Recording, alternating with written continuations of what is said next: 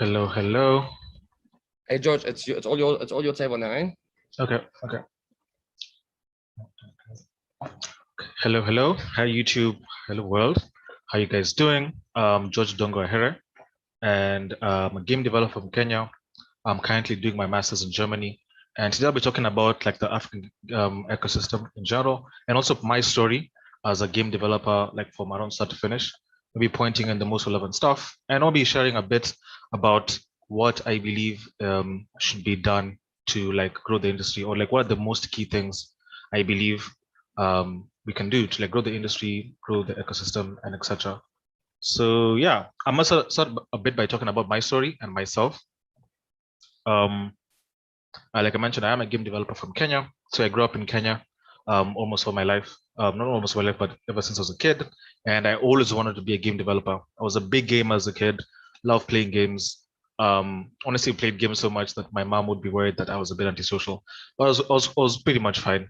And one of the first times that it occurred to me that I could actually be a game developer was when one day I was playing games. I was like in the sitting room playing games, doing my thing. I think it was FIFA 1998 or it was something. I'm not really sure. It was Crash Bandicoot because it was like the PlayStation 1 era, I believe. And my mom walked in and she was like, "You play this game so much. I wish you could do this for school." And that occurred to me that wait, you could actually do this for school because people are actually making these games, people are actually developing these games, distributing these games. Maybe there's a way to get in. And I think I was like around maybe I think 7 to 10 years old. I'm not really sure how old is it, but I was around there, 7, 10 years old. And that was the first time it occurred to me that maybe this is something worth pursuing. So I did a bit of research, looked up online, like what do you need to do? And most times like computer science, they talked about game design, they talked about like being an artist, and they talked about being like a programmer at the very beginning. And lucky enough, I used to love to draw. I used to draw a lot as a kid on all my textbooks. I would do these tiny animations on like, when you have a book and you can flip it on the side, I would do like animations there. So you'd be able to flip it and you'd see like a whole animation of something. I would like to do like a lot of combat because I was really into Mortal Kombat at the time. So I'd do like a whole fight there, even like with finishing and fatalities and everything. But yeah, it was fun. It was exciting. And at that time, I'd set my mind that I'd probably be like an artist because I really wanted to like really draw up this world. And that also um, carried through into high school.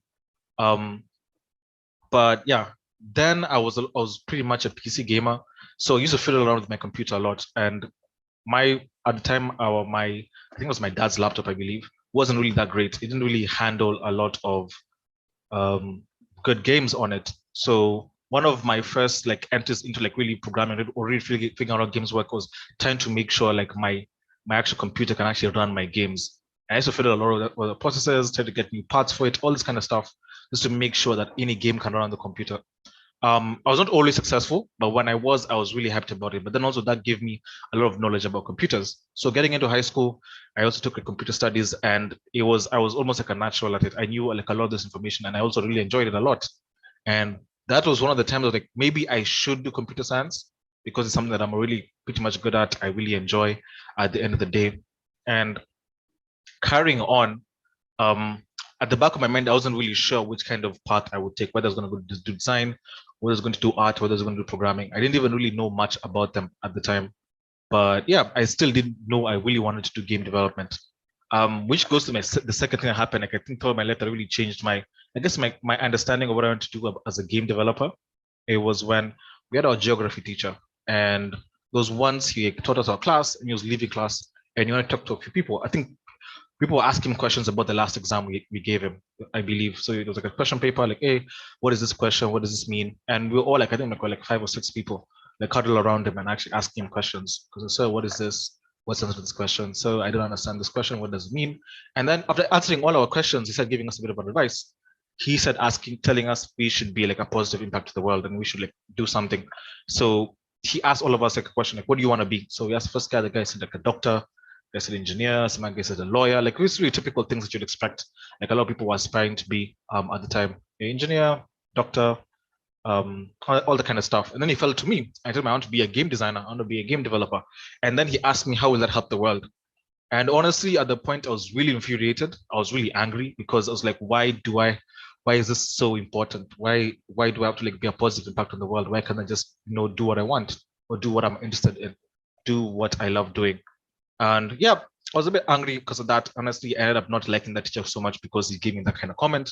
But as the years passed on, I continuously that question kept coming back to me, like, what do I want to do with gaming? What kind of impact do I want to have with it? What do I really want to do with the game development? Because if you just want to make games, that's fun, but what else do you want to do with that? I think that also gave me like a bit of drive.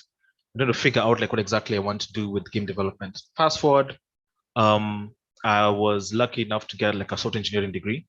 Um, I studied like in China for like 4 years because at the time I wanted to do like a software engineering degree, and the courses in Kenya at the time weren't really the best. You were actually advised by the school to likely just go somewhere else.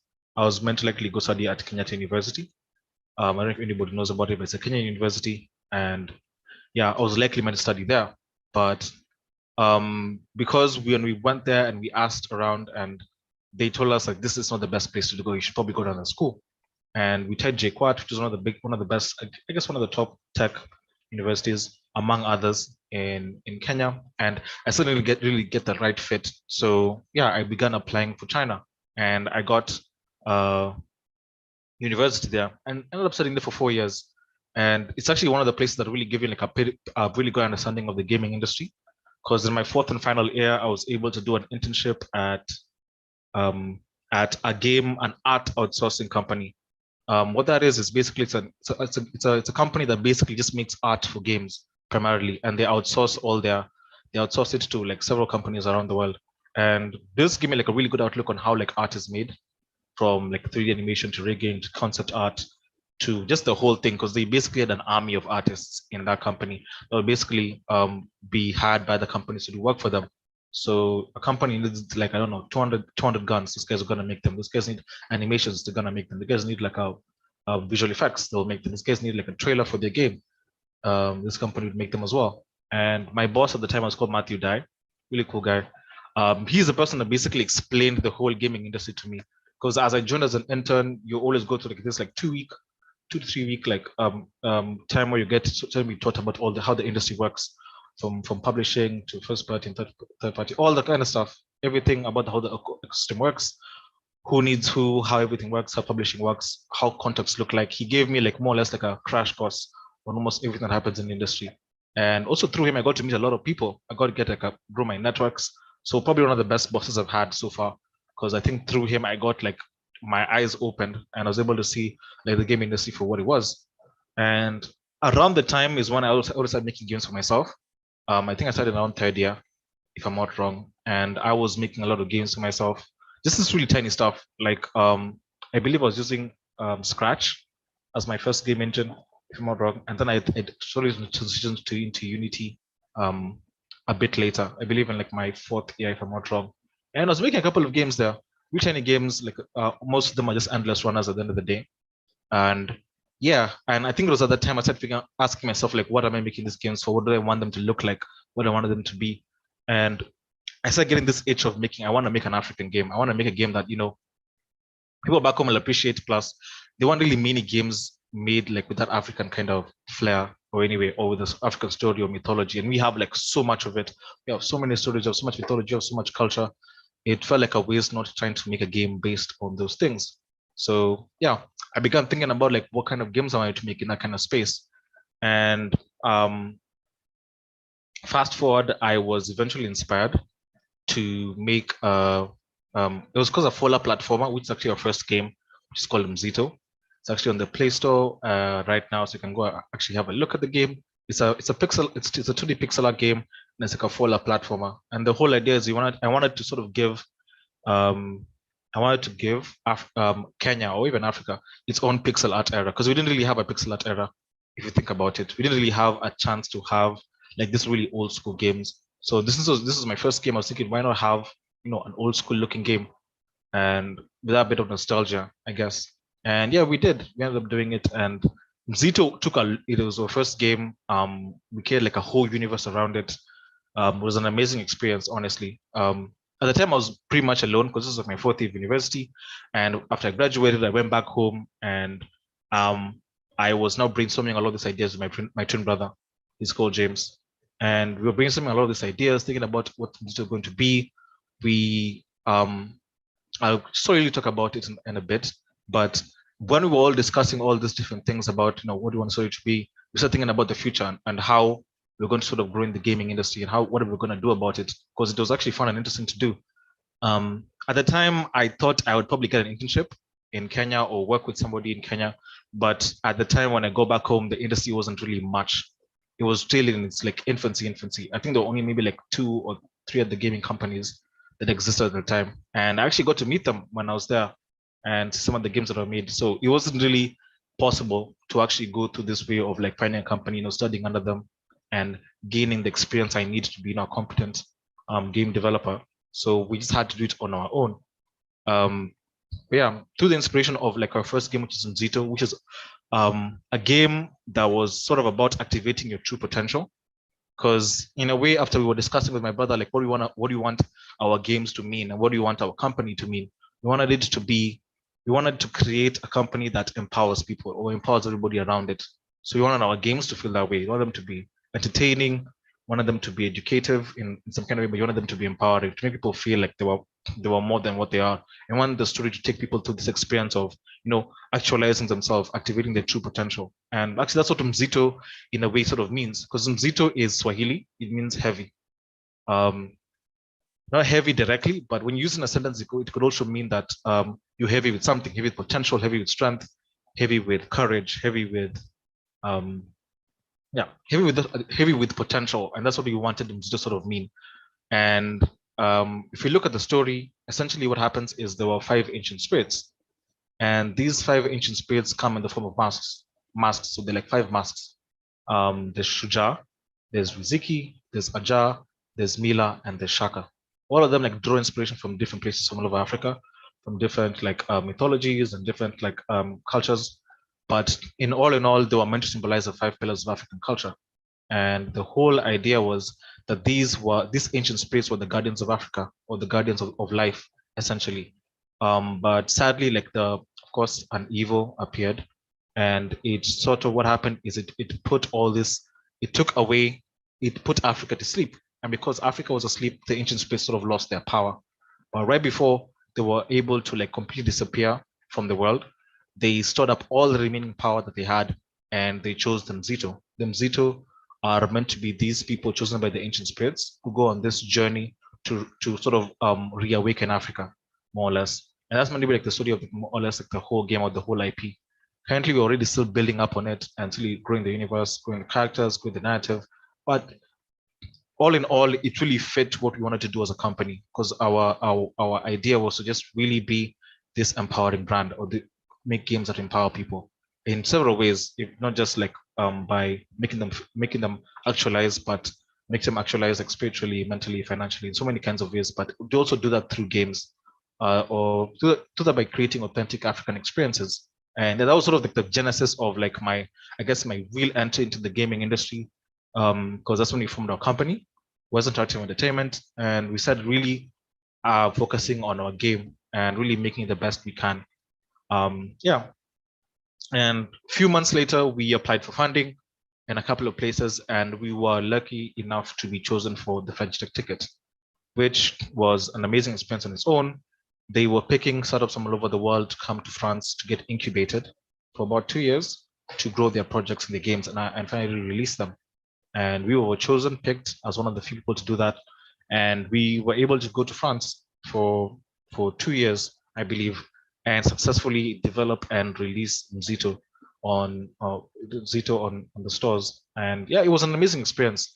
I learned a lot about the industry, grew my networks, and mainly learned a lot about what it takes to like grow a company, what it takes to like run a company and grow a company, which is another completely different beast than also just making a game, I guess.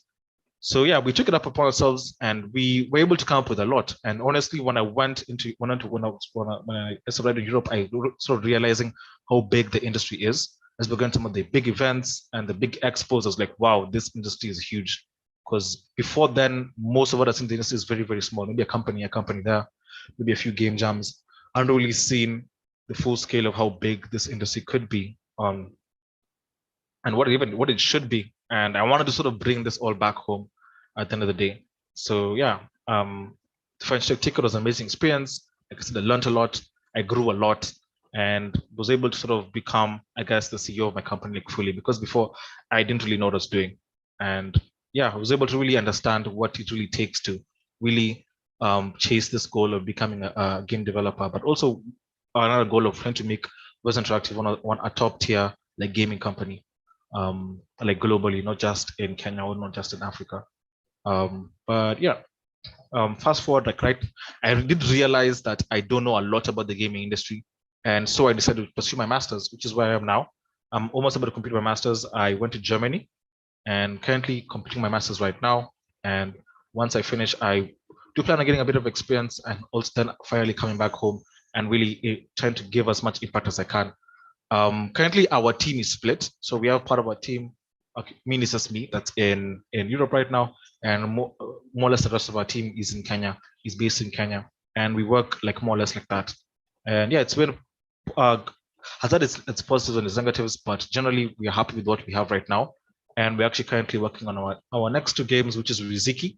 Riziki is going to be a rhythm game that's meant to ideally take people to an experience of African music, and Zito Math, which is a math game for kids.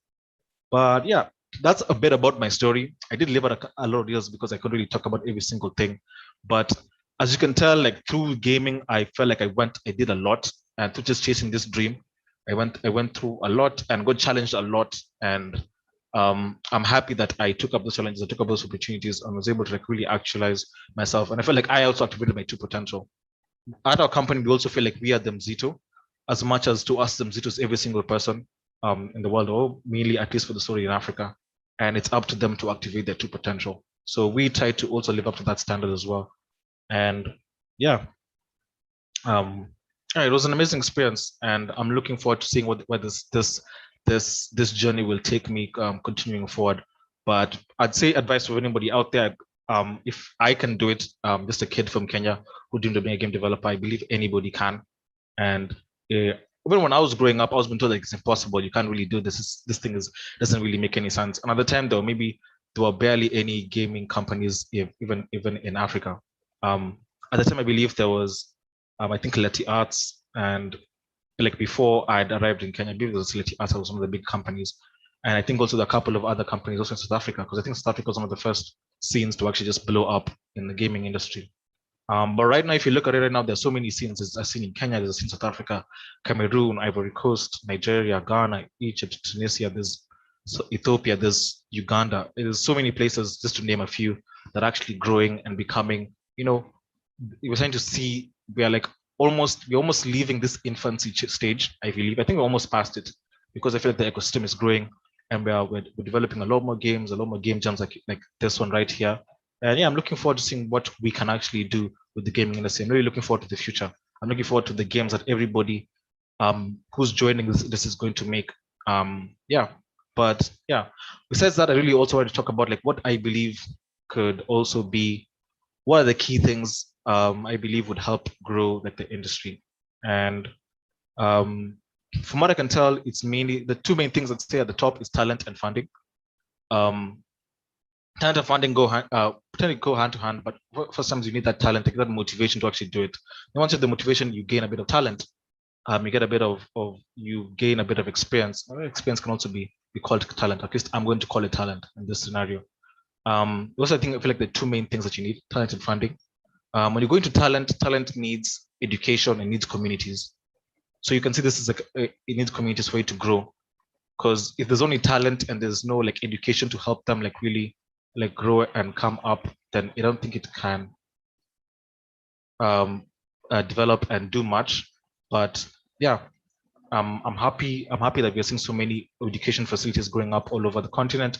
So many places you can actually go and actually learn about about gaming in general right now than you could do in the past. Communities, there's so many communities, there's so many scenes right now in the continent. Super happy about that. So yeah, we're going on a really, really good trajectory at the moment. Past that is also funding. Funding, I feel like this is something we're still like working on and trying to become better at least even for the continent. There's some places that are doing better than others, but it's something we slowly have to continue working on before we can actually, before we actually are in a place where we feel like good games are actually funded all over the continent. But yeah, work in progress. I guess the third thing, the fifth thing I believe was infrastructure. This is something that's a bit out of our hands because it's also really heavily affected by the how our continent is run ideally.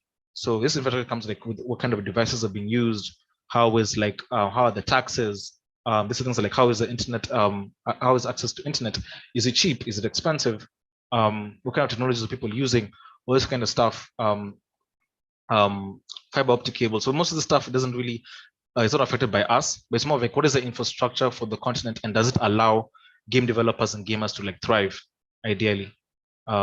Yeah, so that's what I'm really also I feel like are the five things I'd say like are the most key things. So talent, education, communities, funding, infrastructure. Infrastructure we can't really do much about. Infrastructure is more like a waiting game. We're gonna have to wait and see, what happens. Well, not really wait and see what happens. We'll have to wait for our infrastructure to grow to a point where it's like the perfect scenario for us to do these things. I'm happy that a couple of countries already have like really good infrastructure already. But yeah, for the whole continent to really be a powerhouse, then everybody needs to rise up because I feel like we're only going to be like powerful if we are all really working together to get this thing done. Because the way I see it, Africa is like the next billion gamers.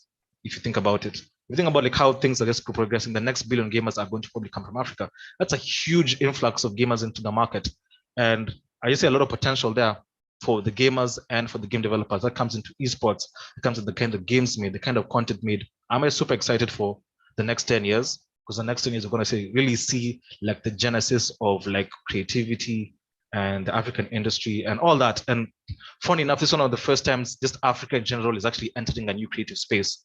This is almost like the beginning of imagine the first time Africans made music or the first times Africans made films or the first times we did theater. This is almost a very good example of that.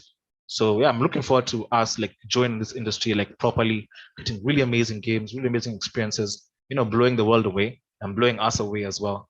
But yeah, I think that's mainly what I wanted to share for now. Thank you for tuning in and listening. Good luck to all the participants at the Game Jam. If I could give me a bit of 2 cents for game jams, I'd say stick to a very tiny idea. Don't make your scope too big. Focus on getting one thing working really well. That could probably be if you focus on the atmosphere, focus on atmosphere alone. You're focusing on sound, make sure the sound is amazing. Really, that's what unless your team is really amazing. If your team is really big and you guys can do a lot, sure. But if you for game jams, it's always about getting this one thing and polishing it to the best you can with the time limit you have. So yeah, scope it down. Think about what's the most important thing you want people to experience in this tiny game of making, and double down on that. But yeah, with that, thank you so much again for inviting me here. Thank you guys at Fak'ugesi.